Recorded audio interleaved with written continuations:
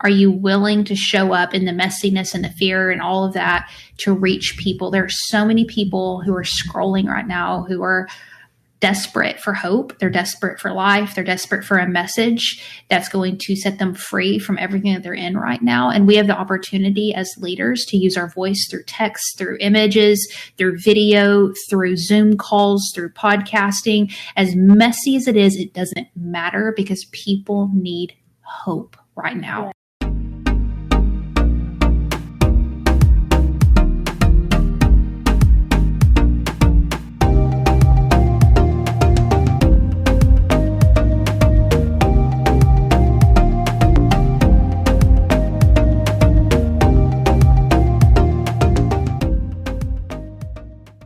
Everybody, welcome to the Live, Love, Lead podcast, a podcast designed to help you live, love, and lead well. I'm your host, April Nicole Scipio. So glad that you decided to join me today. I'm super excited to introduce you to a friend of mine, Heather Parady, who has an amazing online community, and I'll let her tell you more about that. And so, Heather, welcome to the podcast. Thank you for having me. I love your energy. You're the best. So it's super cool being here. I'm Heather, and I lead unconventional leaders. I facilitate unconventional leaders. I feel like I'm a learner, student there more than anything else, but it's fun. Awesome. And I got introduced to you. We have a mutual friend, Leona, who's amazing, and I'm sure I'll have her on the podcast at some point. But when she introduced me to your group, what really stood out to me is just the way that you showed up, your authentic self, for the community. And so when I thought about authentic leadership, you were honestly one of the first people I thought about. So when you think about this word authenticity, what does that mean? Like, do you resonate with that? Like, you're like, yeah, I feel like I'm authentic in my group, or is it just so natural for you that it goes unnoticed by you sometimes? Sure. So you said authentic leadership, and I think being authentic, there's a disconnect between that and leadership. So if I'm authentic, is that leading, right? And of course, there's a million directions we could go with that, and there's not a blanket statement for it. But I think for me, the connection that I had to start making was that leaning into my natural personality, the way that I viewed the world was serving and was helping. And there was a form of leadership in that I needed to embrace, as opposed to trying to show up in a way that I thought made sense, or that other people, modeling what other people were doing exactly. And I think there's a little bit of a pressure there. The word leader is kind of heavy, and I don't think a lot of creative people initially identify with that word because they think, I don't have a boardroom. I don't wear suits. I talk with a slur or say y'all too much or whatever it may be. But when you think about just general impact, people connect with people. They buy into humanity more than they do perfection. And so the more that we can allow humanity to seep through our brands and our messages and embrace that, as opposed to like rejecting it, not only does it feel good, right? It feels a little bit better because you don't feel like that weight on you, but also too, it does end up serving the right people that you're called to serve, because that's what they need to see more of, right? Yeah, I love that, because sometimes people, when you say they don't consider themselves as leaders, and I tell everyone I meet, you are a leader, because everyone has some level of influence. And it's like when you give yourself permission to actually be who you are, then you're right. You will connect with the people you're supposed to connect with, and you will lead them in a very authentic way. Right. And I really feel like when you're authentic, then the people that you lead, they feel more at ease, and they feel like they can be authentic. Because that's what I noticed, like in your group, Unconventional Leaders, not just you, but I feel like everyone there, I feel like they're giving me who they are. Sure. But I love it because I feel like you kind of lead the way for that. Well, thanks. I try to. I have to check myself on it a lot. I mean, there's a lot of, I was just in an interview a minute ago talking about, how real FOMO is, and how sometimes you feel like, well, if I'm not jumping on this bandwagon or that, I'm missing out, or I'm doing something wrong, as opposed to really getting still with yourself and gut checking and saying, do I feel aligned with this? Am I proud of the way that I'm showing up? Is this real? And nobody can answer that for you. No program or course or whatever, like that's something internal that you've got to get really aligned in with God and just be like, okay, am I being aligned to who I'm called to be? I mean, that's something I think I know for me, I have to check myself on constantly of why I'm doing things. What's the reason behind it? Am I doing this because I'm afraid of missing out, or this is because this is something that's authentic to me? Yeah. What would you say to someone who they want to be authentic, but they're so used to wearing that mask because of wanting the approval of other people, or maybe there's just some sort of fear there, but they just don't know how to take that bold step of showing up their authentic selves? What's the cost of you not, right? So, think about your own mental health, right? Like, are you happy right now? Like, for real? Are you really happy? Like, are you proud of the way you're showing up? And a lot of times, we look at results like, oh, if I show up authentically and nobody watches or nobody hits like or nobody joins or whatever like that. Think about like your own internal state. I think there's a measure of success there that we really need to pay attention to. Like, are you happy right now? And do you feel free? And for me, feeling free is super important. There's so many times in my life where I felt very trapped and like out of control of my own circumstances and situations. And sometimes we aren't in control of our situations, right? But one thing that we do have power over is the way that we show up with what we have. And so my question is, what is the cost of you not? This life is so stinking short, and more often than not, people say that regret is, one of their biggest things as they get older. Of, I wish I wouldn't have cared so much what people thought. There was actual study with that when they went into nursing homes and surveyed, those who were literally on their deathbed. What was it?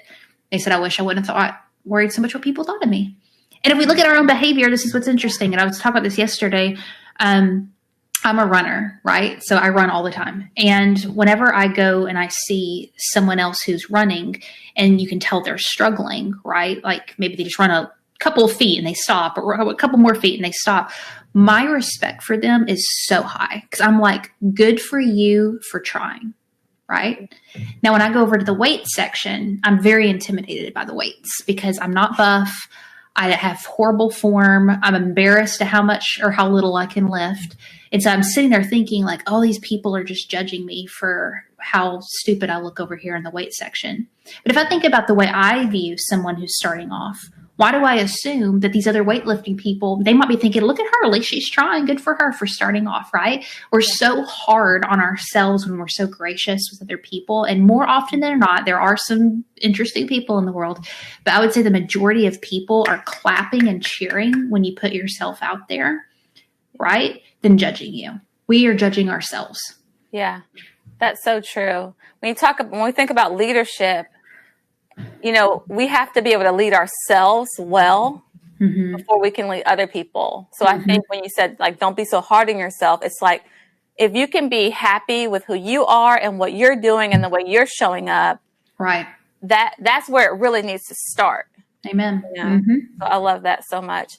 What about people sometimes say, I want to be authentic, but I don't want the world to know everything that's going on in my life. And, I think there's a struggle there of being authentic.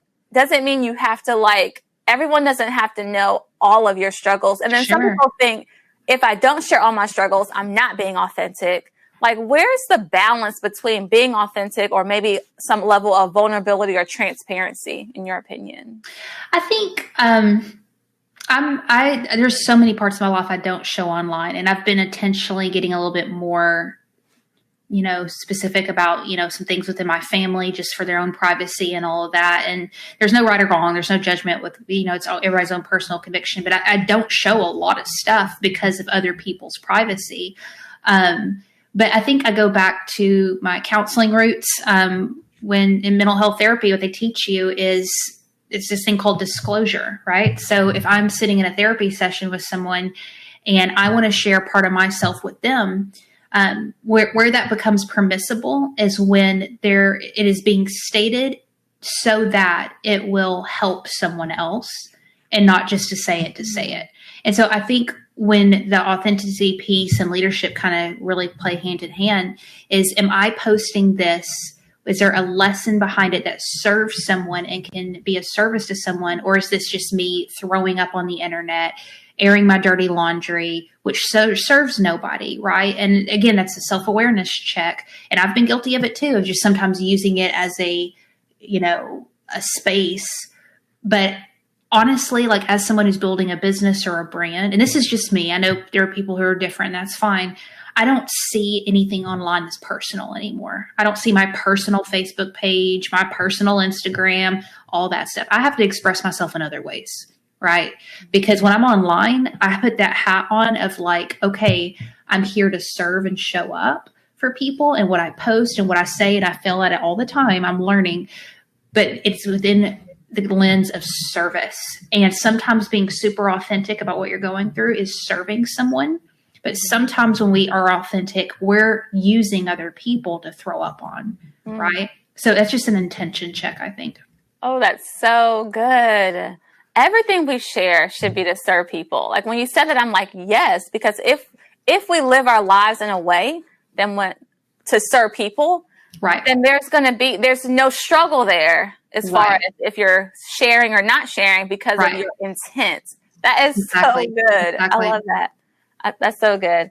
Heather, just give us some final words about just how does someone grow and become a better leader in the space of being authentic? How does someone, what do you do?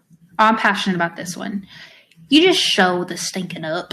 Like you show up. Okay? Like the internet is so scary and so interesting, and it's exhausting. It's completely exhausting. Like I'm just going to keep it real. Okay.